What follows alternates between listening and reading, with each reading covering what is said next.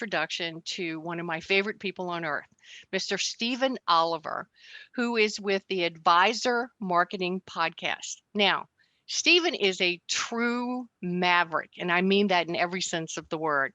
Not only in our business, but I have to tell you, his clients universally love him, and they grow at rates that they wouldn't believe it's possible.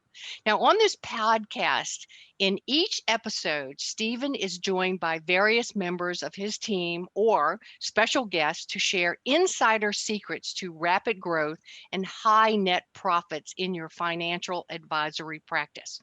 So I just want you to know you're in for a wild ride, new information, and a lot of exciting new future because of Stephen Oliver. Hey there, Stephen Oliver again with Financial Wealth Mastery. AdvisorWealthMastery.com. I'm joined by Jeff Smith, and Jeff, you've got an interesting and eclectic background here. And well, we've been working together now. God, I hate to date both of ourselves. Probably 1975-ish, going back, and formerly here in our coaching consulting role with various businesses, at least for 15, 20 years now. But let's tell them a little bit about your background. You were the first world light heavyweight and then heavyweight kickboxing champion. You actually have the fight that was the most watched martial arts bout ever in history, because you were on the Ali Frazier undercard promoted by Don King, and have a long background in that and in martial arts school operations. But then you've owned your own businesses, multi-unit, lots of staff, big staff, one thing or another over the years.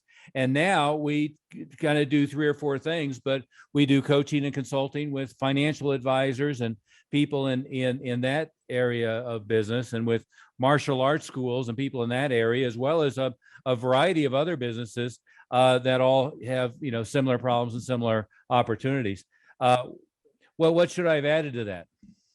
Well, we don't have to go through my whole resume. I mean, it does incorporate quite a few years. It's pretty eclectic, yes. And, I received my 10th degree black belt about 4 years ago, which is the highest you can go. That took me 57 years to get to that point.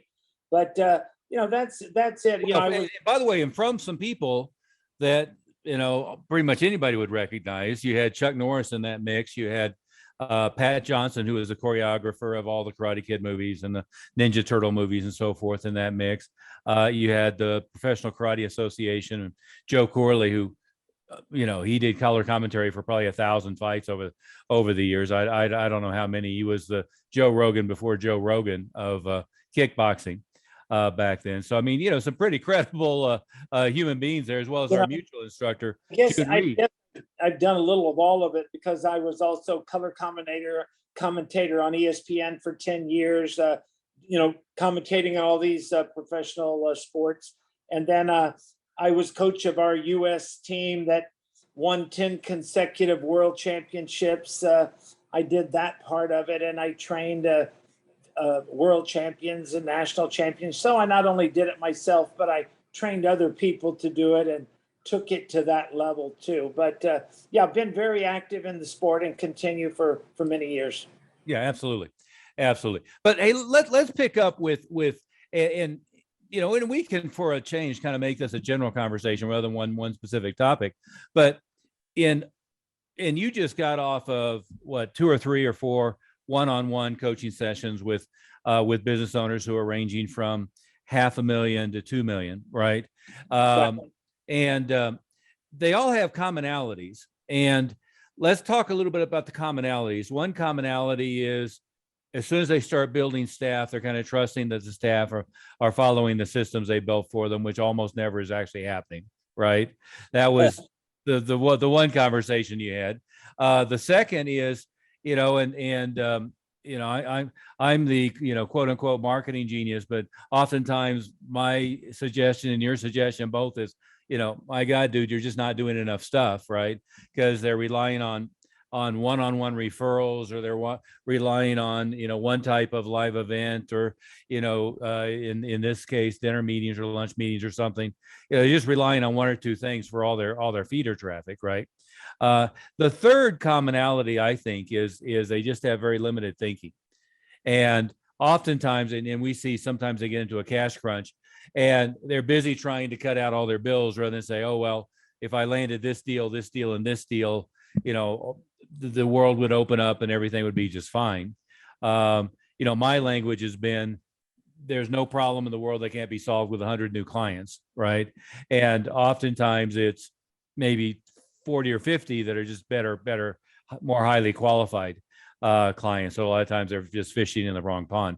Let's talk about that, based on however many one-on-one, coaching sessions you've had today. And with some of the calls I was doing today, the biggest problem I saw is they were all doing too few of things, expecting, and I had one of them who said last month that thing worked great and I had a record month, but then I came back this month, and it was a bad month, and now I need to fix that. And I said, okay, well, tell me about your marketing. And they went through that. And then I said, okay, what did you do this month? And they said the same thing.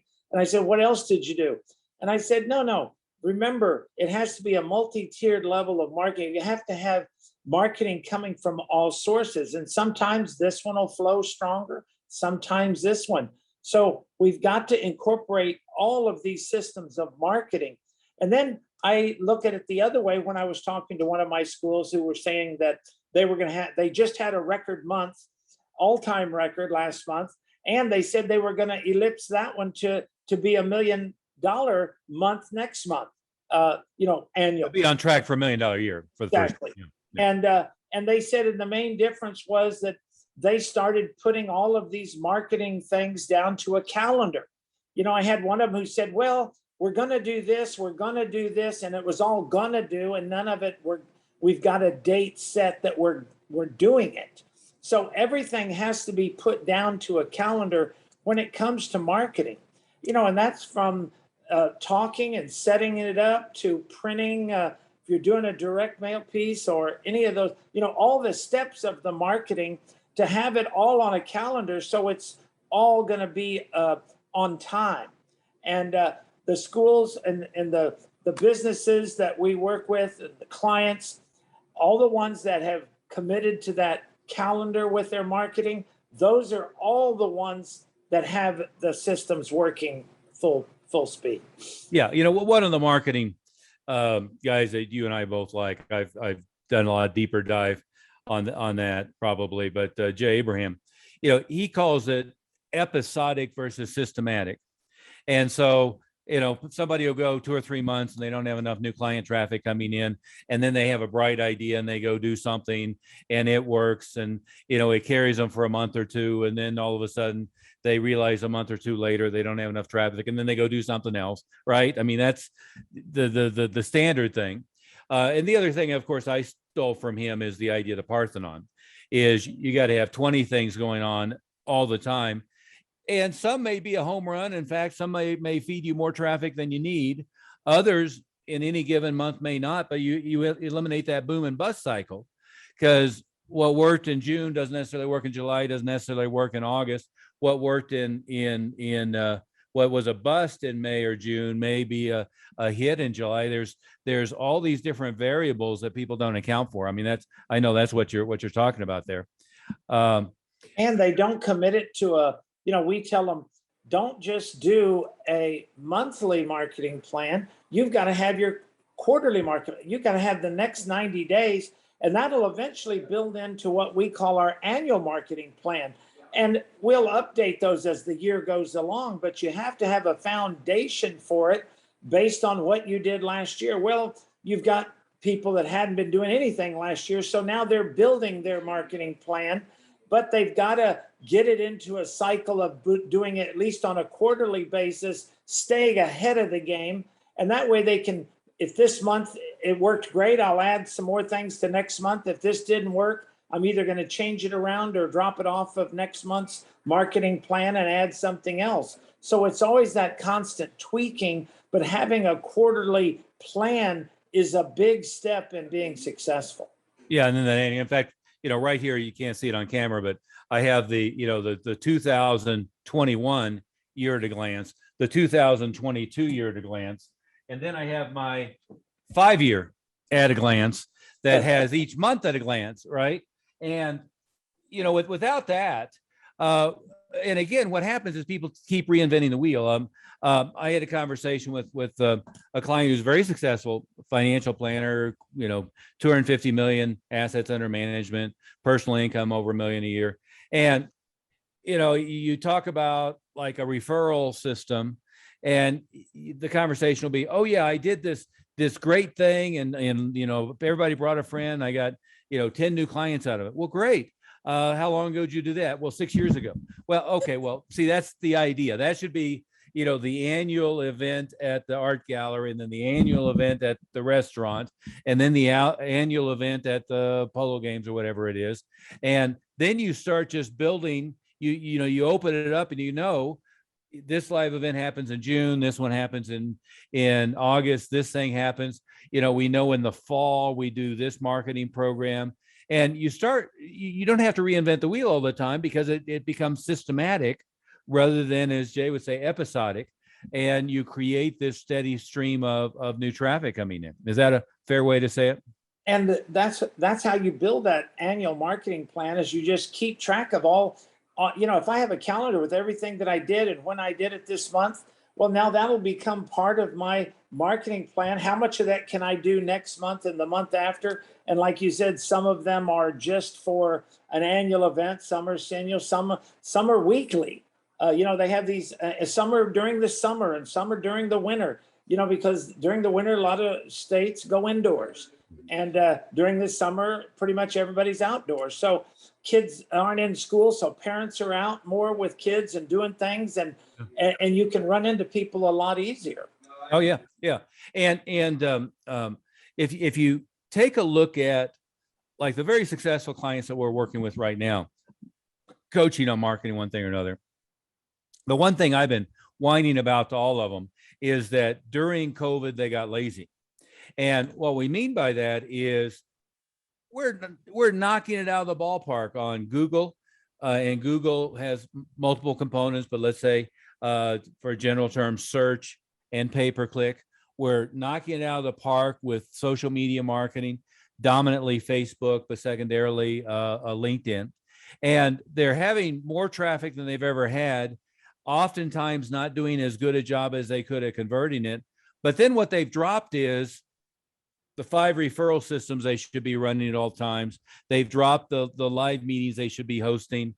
They've dropped, going to live events where they can either network or they can have a table where they can be a keynote or a secondary speaker. All of these other things that they could be doing, they get complacent because, oh, wow, we're getting 100 leads a month from Facebook, and we're getting 10 leads a month, 15 leads a month from LinkedIn, and we're getting 50 or 40 leads a month from Google. Why do we care about that other stuff? And of course, that's the kiss of death, right?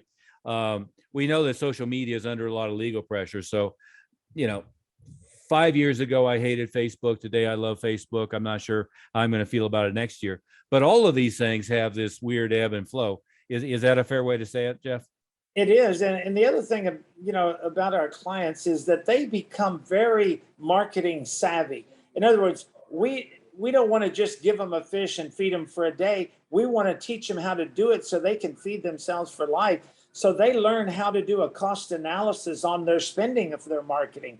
How much is each lead costing me? That requires them to keep accurate stats. So they're very up to tune. We teach them how to analyze those stats and see where they're losing these prospects and future clients from step one all the way down to when you're going to put them into a discovery meeting or something. So you've got to learn those systems and do a cost analysis. And if you're getting a good return on it, then double down in that marketing field. And if you've got one that isn't giving you a good return, then analyze it. Is it not giving you the return because you did something incorrectly, or was it because it wasn't a good investment? So now our guys don't just go do a lot of marketing. They do things that cost. With a cost analysis, they are confident to know that it doesn't matter if I spend more on it, because I know my return on that investment is going to pay me back tenfold. Yeah. Now you just hit upon my pet peeve. We recorded another one of these podcasts with Travis Lee. You were on that yesterday, and he's a great marketer, great direct mail, great multidimensional mail, interesting stuff. But we were having this conversation of if a financial advisor, if they get 10-12% return year over year for their investment, they're dancing around in their office and they think their clients should give them a gold medal, right? In our case, marketing leverage dollars, we could take $1,000 and turn it into $5,000. We can take $10,000 and turn it into $100,000. We can literally get a 300%, 500%, 1,000%, sometimes even 15,000% return. And then advisors, you say, here's where we're going to spend 10,000 and we're going to get back 100,000. They completely freak out about that. So they can't understand return on investment. And maybe if I said, here you're going to put in $1,000 and you're going to get back $100 every year. Maybe that would be more in their realm of understanding. You always said that accurately with them. You'd say to them, if you could spend $1,000 to get back 10,000, how many $1,000 would you spend? Yeah. And they say the same thing. Well, a lot, right? Oh, yeah. But you have to keep track of it, because there comes a time when you keep doubling down that now you've got to back off on it maybe, or stay the hold at that point. So that just keeps you on your toes and keeps you looking at don't just spend blindly and say, well, I'm going to throw all this and it's going to come back. Break down each marketing, and I got to keep separate stats on each marketing thing I do. I don't each funnel or each source. Yeah. That's good. No, I didn't mean to interrupt you, but yeah. Yeah, that was it. Oh, okay. And going back to return on investment, the first thing, and it's shocking to me that most people who who are running a business or working either on commission or fee-based, that they don't understand this, but you got to sit down and know how much is the average new client going to pay day one. And if you're on a commission basis, how much of that do you get, right? As your commission, and how much are they going to end up paying in the first year, and how long are they likely to be with you, and therefore what's the lifetime value of that client. And I tend to work off marketing from a standpoint of, if we can get the money back with the first transaction, and if we can be at a 10-to-1 in the first year, I'm happy. If we can be at a 20 or 30-to-1, I'm tickled to death, right? And we can do that all day long. It's I was talking to if you will, another marketing guru to financial advisors, really nice guy, Dan Cuprell, and we were having a conversation off record, and I was lamenting the same thing. He said, well, I just try to get them to take 10% off the top. They understand if they say to a client, just take 10% of your income off the top and put it away and don't touch it. I just try to get them to say, okay, we're going to spend 10% of your revenue on marketing. Don't even think about it. Take it off the top, because it's going to return a much higher investment. And, maybe that's the way they have to think about it. The old way we used to think about things were, 10% of the gross goes to marketing, or 20%, 15-20% of the gross goes to marketing. We used to just think in those terms rather than think in terms of return on investment. Is we're just going to take 10% off the top and spend it every month. How do you rationalize that with the way that people think about this strangely? Well, and I think the reason they think that way is because they don't keep good stats. They don't know, they cannot, if they look back on what they've spent and how much that's made their gross grow. And, a lot of businesses, and I had a conversation with a client today whose business was a record month. And then that was in June. And then July, he was on a low month. And I said, well, let me tell you, first of all, every time you have a record month, you better be on your toes, because that's when people tend to take their foot off the pedal. They think they got it figured out. No, you're only as good as your last movie. So in the business, you're only as good as your last month. So you got to have goals. You got to be working towards those. And if you don't have good statistics to know that you're spending the right amount and what percentage of that is, and if we take a number like 10% of your total. Well, if I did a record month, now my marketing for next month can be higher. And what that usually does is gives me an even bigger return on it. Yeah. And so by getting those numbers down, that little 10%, it pays you back so much that you're excited that it's going to be even more because when you do it in dollar amounts, you say you're going to spend 10,000 in marketing this month. And now I had a record month. So now next month I got to spend 15. They go, what? I can't spend 15. Well, what do you mean? You just did 150,000 or whatever your numbers are, right? So it's that percentage the same because it's still 10%. So whatever it is. You bet. You bet. And again, you're right. I think and most of, to be fair, the people we work with tend to be in the top 10% and oftentimes in the top 1% of the industry. So we're already dealing with very, very sharp people, and they're very good at numbers on everything else in their business. In many cases, it's just when it comes to marketing dollars and marketing logic, they don't understand because they've never been taught that way. There's all these, it's just like martial arts, right? I mean, we know how many people who are, they were the national champion and they're a 7th degree black belt and they know nothing about how to go get students, right? They don't know anything about marketing or about running the business. It's Lee Milt here, and I'm delighted to interrupt you today and let you know that I've been working with Stephen Oliver for 10 or 15 years now. He's a great guy. I love all the research that he does.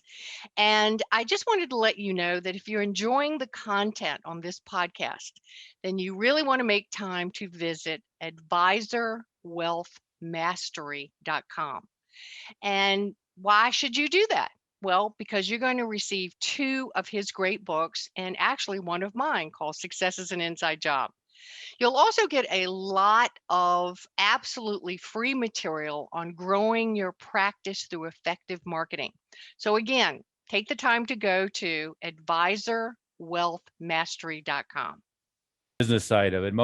In fact, that's our I won't say joke, but our conversation behind the scenes is the most highly qualified people tend to be the brokest, and the ones who focus on the marketing and the sales tend to be the ones that are financially viable. The same thing as financial advisors. There's all these designations. You can be a CFP and you can be a CHFC and all this other alphabet soup, but none of those things have a single course on how to go get a new client. Right? There's not a single course in client retention. There's not a single course in online marketing, offline marketing, grassroots marketing, referral systems. That's just, you're on your own on that point. That should be the first thing. To me, if you're gonna be in business for yourself, the first year of the certification should be, here's how you go get clients, and then here's how you keep clients, and here's how you have clients be thrilled with you. And by the way, here's all the technical crap you're going to do for them, and you got to be good at that as well. Is that a fair way to say it? It seems to be the number one issue with most, and I'll tell you, people that are really good at what they do, they'll usually say the same thing. Well, just get me somebody in here, and I can get them. They'll be my customer for life. Well, yeah, okay. What's the secret? Go get them. Who's not just gonna walk in because you put an ad somewhere. You've got to know how to do that ad. You got to know where to put that ad. You got to know what market you're going for, what demographic. So there's just so many things that go into making that marketing work that most of these professional business people aren't savvy to that and don't know how to do that. And we've seen it with the lawyer. Great lawyer is a great doctor, but he doesn't know how to do the business side of it to get that person in there to save their life, or that lawyer to help them with whatever their legal issues are. So that's the same thing. If you want to have clients, you got to learn how to go out there. Don't rely on, the biggest mistake you can make is when you call one of these companies that does a certain type of marketing only, because they're going to make you spend all your marketing money on them, which we've got to have that Parthenon, that multi-level streams of marketing out there, not just in any one person, any one place. Yeah, and that's another topic is how to think about that. You mentioned the lawyers. We have a good mutual friend, Arjan, and what's he working with now? 550 small law firm, something like that. And it's just amazing. It's the exact same thing. You had me go to one of his training sessions, and these lawyers that were there were so lost when it came to marketing, and I was just shocked at how little they knew about it to keep their practice growing. Oh yeah, yeah.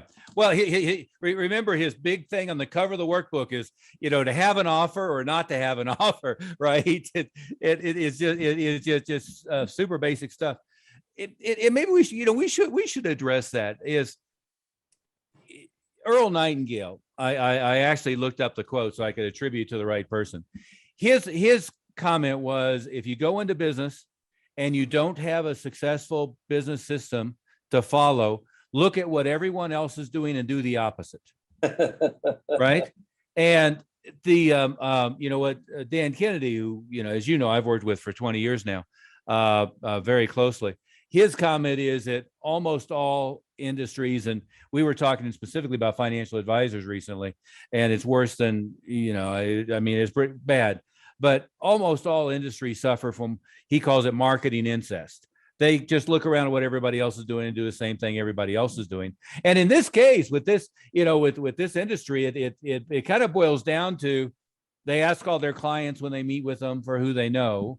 And so they get referrals, but they don't have what you and I would call much of a referral system. Or if they do have a systematized way of doing that, even they are doing it onesie twosies rather than having, multiple events, multiple different ways of doing it. But what I have always found, and this goes back to, I was listening to Jay Abraham again this morning, is he talks about what his genius was, is he worked across a whole bunch of industries and figured out that it seemed like every different industry was getting new clients in different ways. And if you could cross-pollinate the way other people were doing it, it was successful. And I think that's exactly right. The advantage that we have coming from a completely different industry to get our start, martial arts and martial arts school operations, but then seeing everything from lawyers to doctors to consultants to pro sports to financial advisors and so forth, seeing what everybody in different businesses do. Almost everything that I have done really successfully for any client has been, say, well, that industry does it this way, this way, this way, and this way. And in the advisor niche, you can do it all kinds of different things and still be compliant, not have legal issues, not have any problems. You and I dealt with that a lot when we were in the franchise side, right? Is they have more legal red tape than anybody in the freaking world. You can't even sit down and have a conversation with them about what the average unit is grossing or netting. But let's talk about that. Why all breakthroughs come from somewhere else, and how to think about that. Well, I think the problem that most businesses have is that they either think their only problem is the marketing, or if you could just get me some new clients, then I'll be successful. And there's others who have a lot of clients, but they're not keeping them. They're not making the return. When we have clients, it's not just how successful we're making them. It's what is our business, how much are we grossing? How much is the business growing?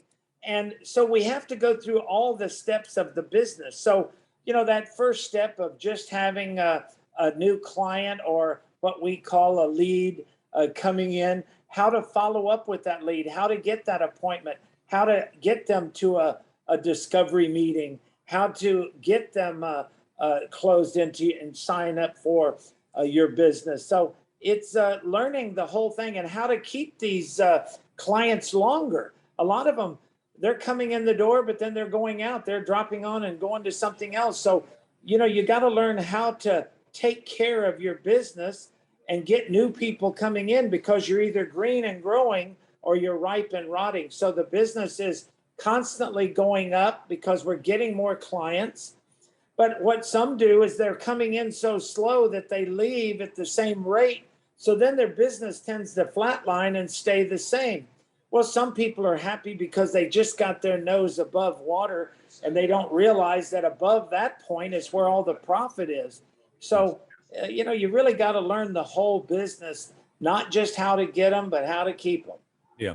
And let's go back a couple of minutes. You were talking about somebody talking to a marketing consultant or guru or one thing or another.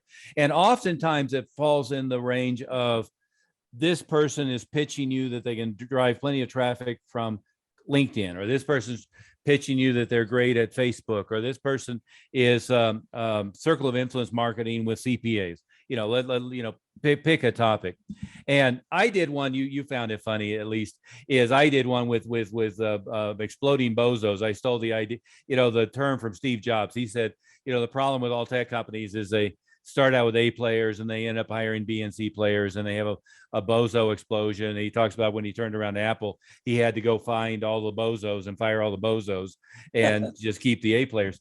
But I think in the coaching and consulting realm, you have two problems, or more than that. But one problem is everybody and their brother has popped up to provide advice.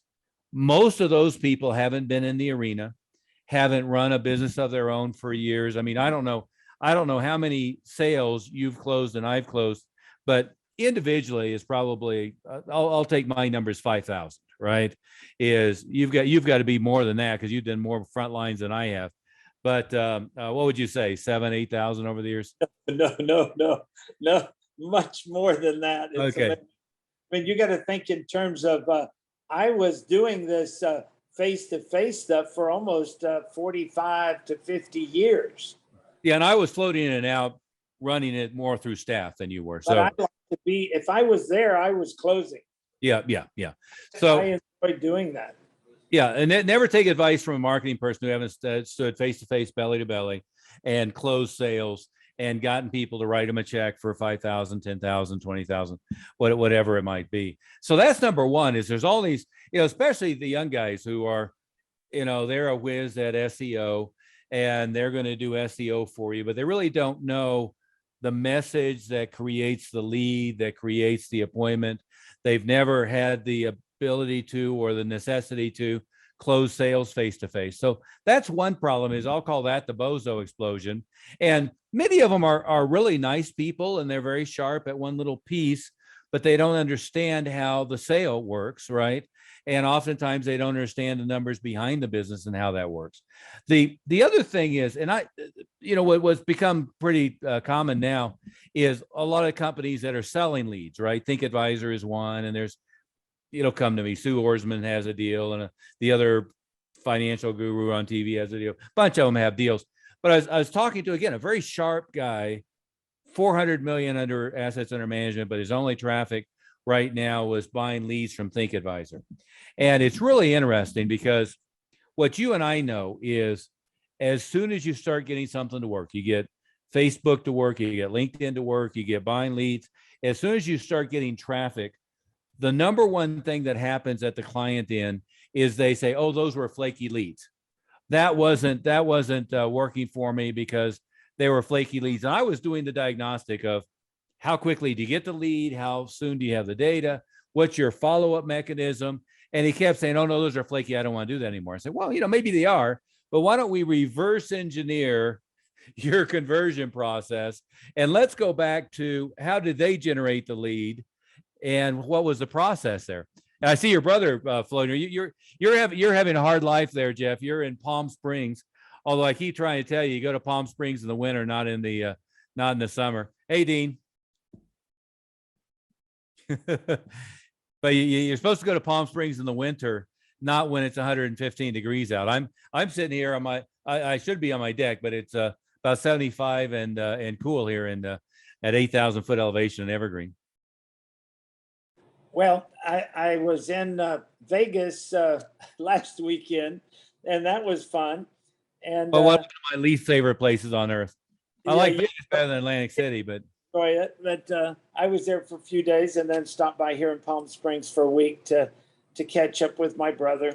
But and then I'll be back to Virginia this weekend. So, and then I'll take off to Chicago, and then I got Florida to go to, and then I got to go back to California, and then we're going to be in Annapolis, and then I've got a cruise. So I've got quite a few things going the next couple months. Yeah, I know. Well, as an aside, our next, and I don't know how to call it live or not live, we're doing work with our current clients every week. Some of it individually, some of it in small group. So, we've become experts at Zoom over the last 4, 5, 6 years. I forget how long it was released, but we were, I think we adopted Zoom the first. Yeah. We were user number 110 or something like that. But it works like a charm. I mean, we've been having great results with it.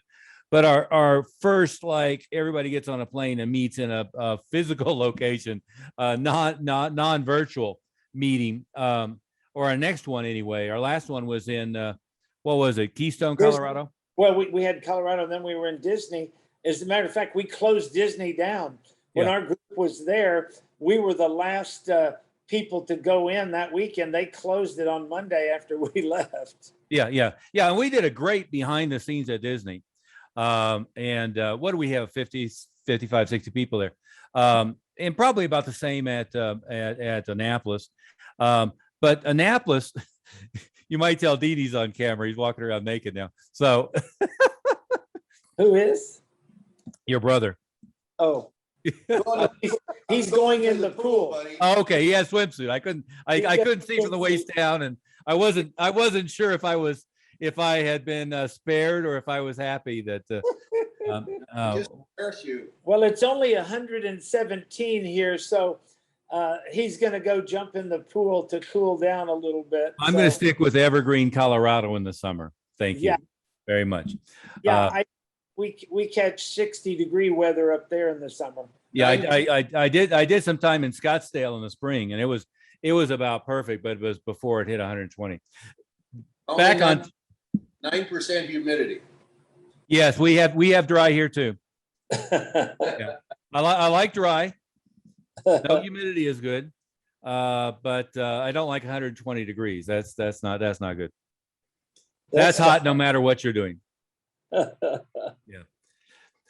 Back to it though is you were talking about them taking the wrong approach to their marketing, and I think it's absolutely the wrong approach to think that you're going to solve your business by hiring Think Advisor or hiring a Facebook guy or hiring a LinkedIn thing and not having a holistic approach to what you're doing. And again, that doesn't mean that each of those sources can be very productive.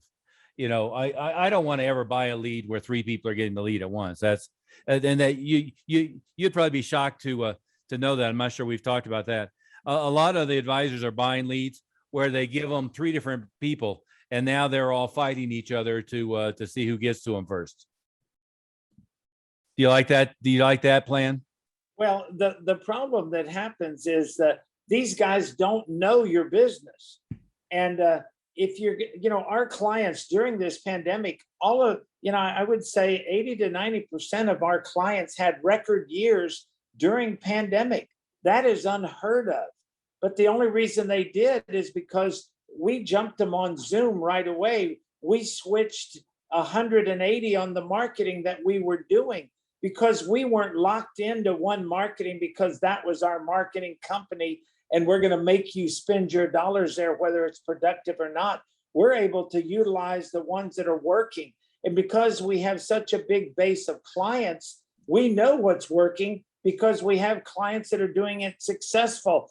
So we can really, use that synergy among each other and really to develop into a higher level of productivity. Absolutely. And the Zoom thing, let's talk about that for a second, because for some reason, it feels to me an awful lot of advisors think that if they draw, I got my office, I'm in Evergreen, Colorado. So let's say I have my office in Golden, Colorado. they think they drive like. It's Lee Milt here, and I'm delighted to interrupt you today and let you know that I've been working with Stephen Oliver for 10 or 15 years now. He's a great guy. I love all the research that he does. And I just wanted to let you know that if you're enjoying the content on this podcast, then you really want to make time to visit advisorwealthmastery.com. And why should you do that? Well, because you're going to receive 2 of his great books and actually one of mine called Success is an Inside Job. You'll also get a lot of absolutely free material on growing your practice through effective marketing. So again, take the time to go to advisorwealthmastery.com. Draw like a 5-mile radius around their office, and somehow they're geographically limited, or I've got my insurance and my securities license registered in Colorado, and somehow I can only work with people in Colorado, and that they get fixated on they've got to meet people face to face, and they get fixated on geography for some reason. And as you know, one of the first things I like to do is, what do you have an affinity with? Oh, you're a Porsche guy. Let's go get the local, regional, national Porsche guys and build that. Oh, you have a lot of dentists. Let's go market the dentist. We have a gentleman who's a professional contractor. He had a background in building homes and decks and so forth, and he did business coaching for that. So now it's, well, let's join all the associations. Let's just go to their live meetings. Let's convert that. It's much better to find a narrow group of people you're going to hit, and then hit them statewide and regionally and then nationally. And it's so much easier to stack up. I've got one guy, and I keep trying to break him of this habit. He's got, the beautiful new 911 turbo Porsche, but he's driving all over the place. He's got a meeting in Boulder, Colorado. Then he's got a meeting in Aurora, and he's driving all over the place meeting people. I say, Peter, just sit your ass in your office and plug them on Zoom, and and have the meeting that way. And the guy that's got 100 million with you, go take him out to lunch, quarterly. But other than that, you shouldn't be wasting time with that. And by the way, we just fed him, what was it, Jeff? 35 new clients who were, he can't do Canada, but they were all over the United States, everywhere from tip of Florida to Seattle, Washington, New York City to San Diego, and all points in between. Yeah, and the thing, even we have clients that we're working with from the UK, from Canada, so it's amazing how the same marketing systems work no matter where you are, if you have if you're pulling the right demographic. And that's what happens sometimes, is people are doing the marketing, but they're not marketing to the right people. And that's what becomes so important. That whole Zoom thing. We had some clients who said, oh, no, nobody wants to do Zoom. They don't know how to do that. They can't figure it out.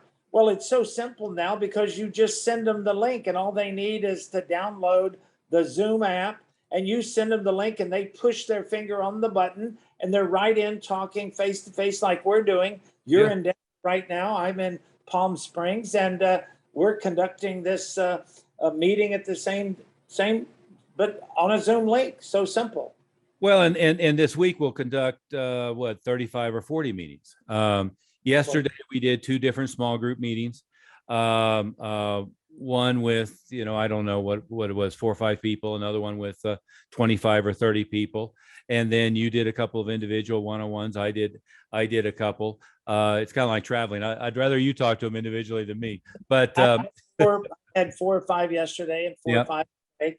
And but that's what you need to do. And because as you have these group meetings, what's so good about having, and I know there's some of our clients say, oh no, you have to do everything one-on-one.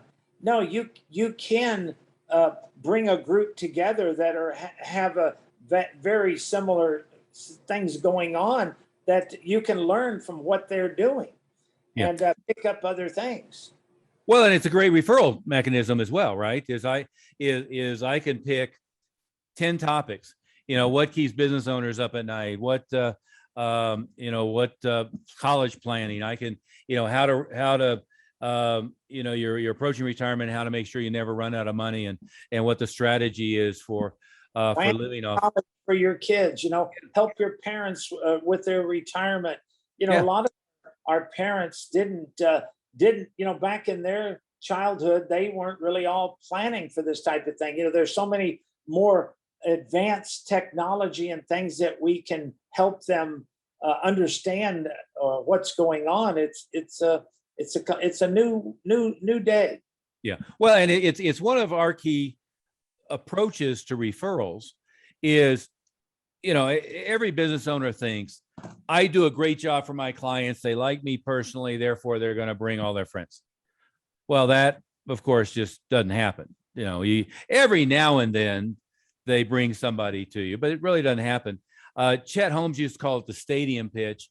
The more common term is elevator pitch. Most of your clients aren't, in fact, most of your staff aren't very good at cold pitching your service, much less, somebody you've just, brought in as a new client. And that's when they're most enthusiastic, by the way. I mean, the time to get referrals is when they're new, not when they've been with you for 5 years. But the live events is one of the things that we have found is it's easy to invite my friend to come to the live event about whether it's a webinar or it's a lunch meeting or it's in your office or wherever it might be. It's easy to get them to invite their friend to a topic they know would be relevant. And then if you do a bunch of those different topics, again, it could be a webinar, it could be an interactive Zoom meeting, it could be a live in-person meeting.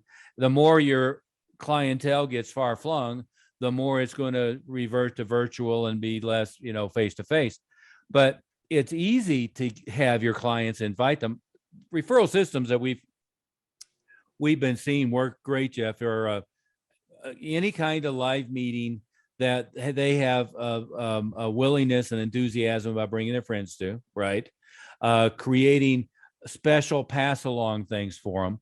That's what the advantage is of the books. I can give each of my client, 5 of my books, and they can pass them along to their friends, and they feel like it's a gift. We tend to give them gift certificates and packages at Christmas, holidays, Mother's Day, Father's Day that they can pass along. Why do we like to send them those things? Because now they're going to give us their address. So now we can send them stuff in the mail. We're catching their email. We're getting their cell number. So we can text now. We can send. So utilizing those mechanisms we call our drip systems, where once we catch a lead, we catch that lead information, which is, name, address, and phone number and email. Now we can put our automated systems to drip on them with information that we can help them in this area or that area. So the clients that we work with have a whole operating system 24/7 when they're sleeping. They've got marketing systems that cost them next to nothing, because our drip systems are always very low cost systems that just keep, and then you get a few people from that each month on top of all the other things you're doing. Well, and that's probably a good way to close up, because we're at our 45-minute mark here. I actually was paying attention to the time for a change. Although you're worse than I am. So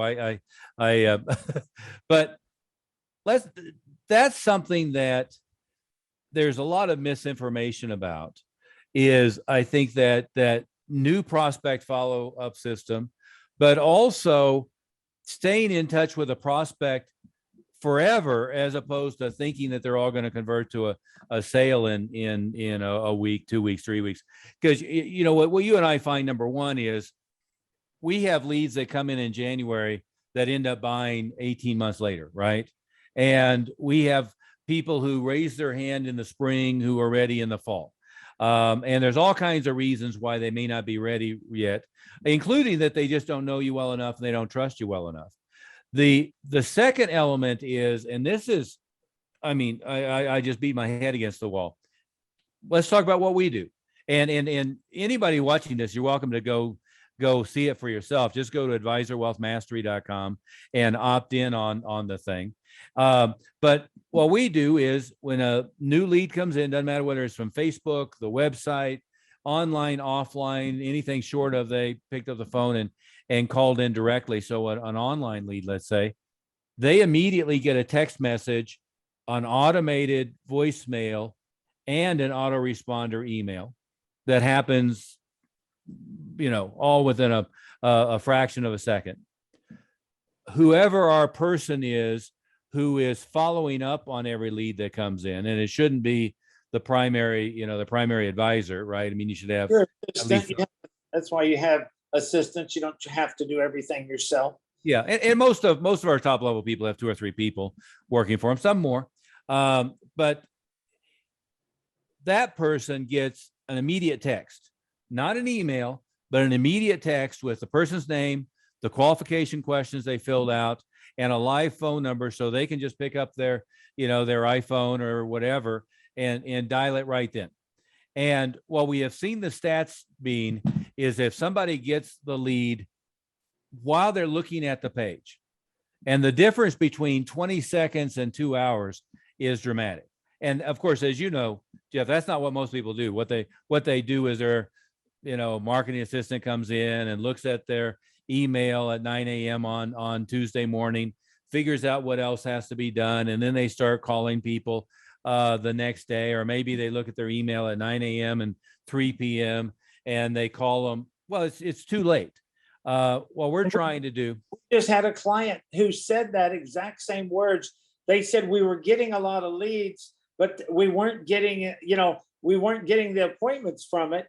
And all we changed was we started getting back to them as soon as they opted in. We got the text, we called them immediately. And it wasn't that it doubled their productivity. It went from almost no productivity to getting the normal 50% of those people who make an appointment become a client. Yeah. Like a Facebook lead, somewhere between 50 and 80%, depending upon the quality of the pool and one thing or another. But we'll convert usually 60, 70% to an appointment right away. But then the follow-up system becomes, and this is all automated. We kick off where they get a postcard immediately, then they get another postcard in the same week. They get a series of I forget what it is now, but basically you get a postcard a week for 3 months. And then they get a box with popcorn, like caramel corn and so forth. We used to do chocolates. We used to send them, what is it? The chocolate with the soft center, or whatever you call it. But the Florida and Texas, they were arriving melted. So we changed it to popcorn. And then they get, in fact, I have it here somewhere. Oh, here we go. That's why that 3D mail, they open these things. When you send them these kind of things, they get opened. It's not like regular mail. Yeah. And this is, what we'll send to you guys if you opt into it, is we send them a big box, right? And so that's got a cartoon caricature of me, and on the back it's got the full team, and there you are in the middle with a nice suit, which you wear more than I do. And then there's a ton of material in here, including a book by me, and you're on the cover there, I think, with me. Yeah, you're on the cover there with Joe Piscopo and Bernie Carrick, and a book by Lee Meltier, who's on our team, and then another book by me standing next to my 911 Turbo Porsche. And then this I think is very cool, the Golden Key, which actually is a USB drive that has, I think it's about an hour or two of video content. When I first got that, you sent that even to my house, and I got that key, and I said, "Oh, he got me a new Porsche. I got a key to." No, but I did talk you into a Jaguar XKR. Yeah. So you can't whine too much. I'm loving that one. 25 horsepower or something? Yeah, 530 horsepower convertible. 530. I was just out looking at the C8 Corvette and whatever they call it, the new Lexus convertible. Sure, they are nice looking. Yeah, the Lexus has 465 horsepower, I think, 130 or something like that. But I don't know. I'm more or less loyal to Porsche, although I've got a 650 iX. That just became the 8 Series convertible. I like your convertible, your 6 Series convertible BMW too. So Well, it's got a twin turbo V8, so what's not to like, right?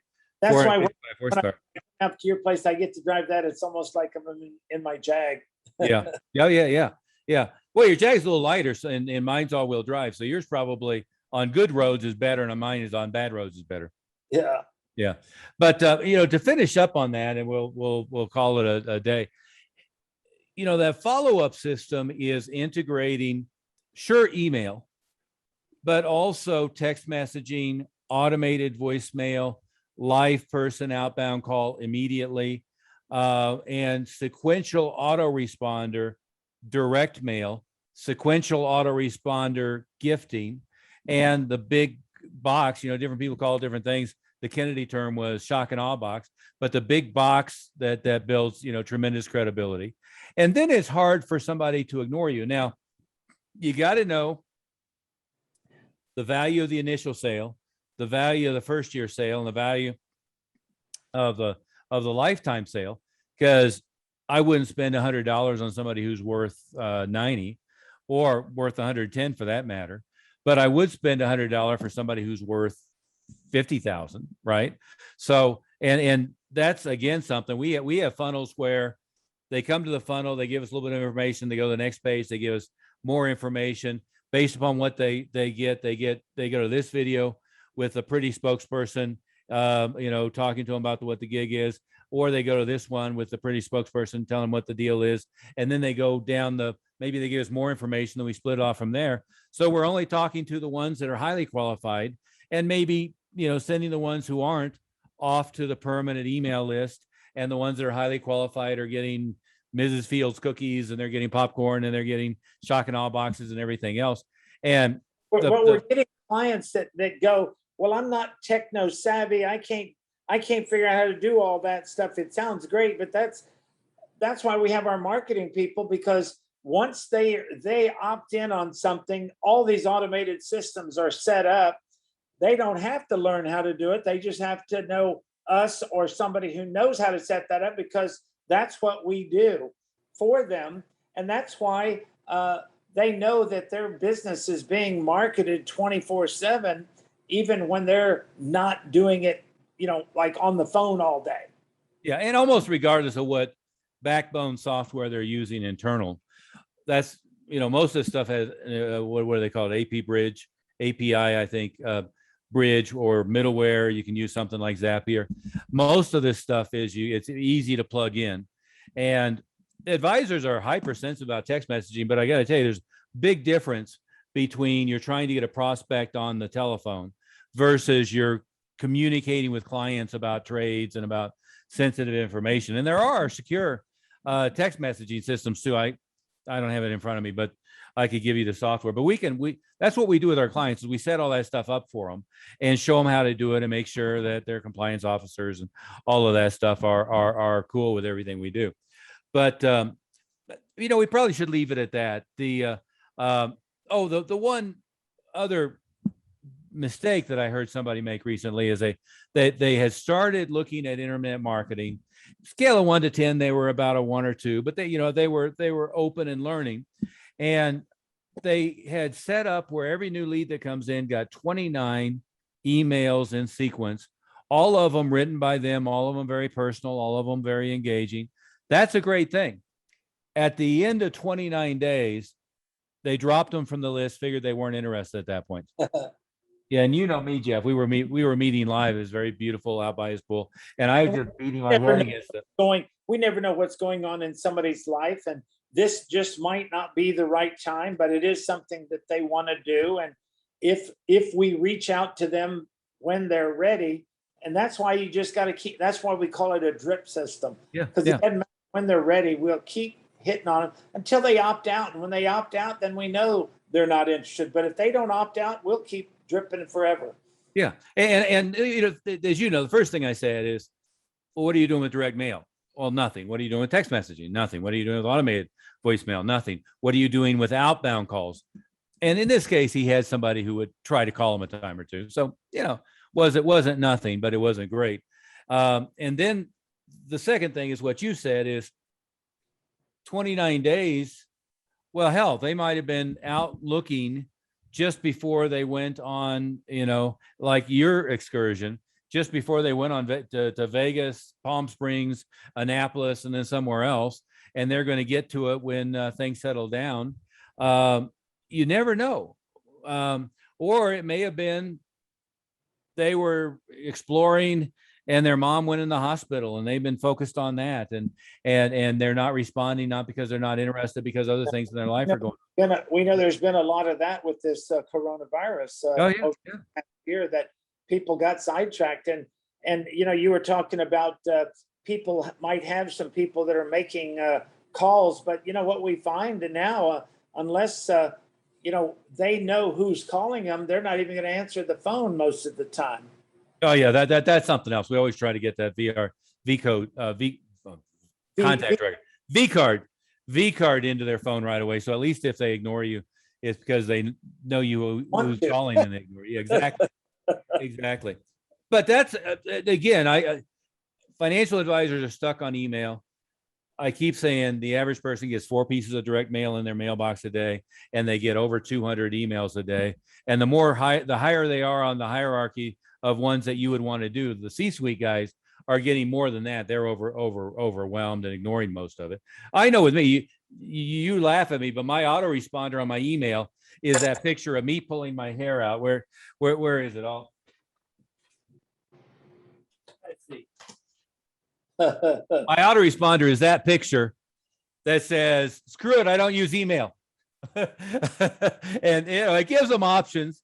If you have this problem, call this person. If you have this problem, call this person. If you have this problem, call this person. But that's my email autoresponder. I was getting 300 emails a day. And then clients are saying, well, why didn't you, respond to my email? Well, hell, I never saw your email. I don't. You got to text me to let me know that you sent an email. Oh yeah. Yeah. Well, that's what I do with you and Bob and Mindy and Merrick and Lee's in on the drill now and so forth. But somebody who wants to send me something by email, they text me and say, go look for it. So I'll see it. But everybody else, it's like LinkedIn. You're not as involved on LinkedIn. I probably get 50 cold solicitations a day. I read none of them. And by the way, might be one or two of them are possible clients, but who knows? Anyway, on that note, let's call it a day. Anything to wrap up on there, Jeff?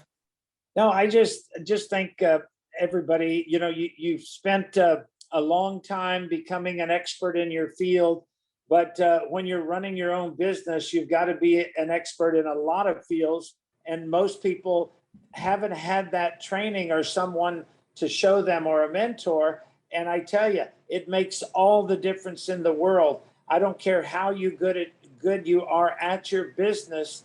If you don't know all of the operating systems and how to be effective in all areas, from getting the client to keeping the client, then you need our help. Absolutely. And again, I invite you to go to Advisor Wealth Mastery.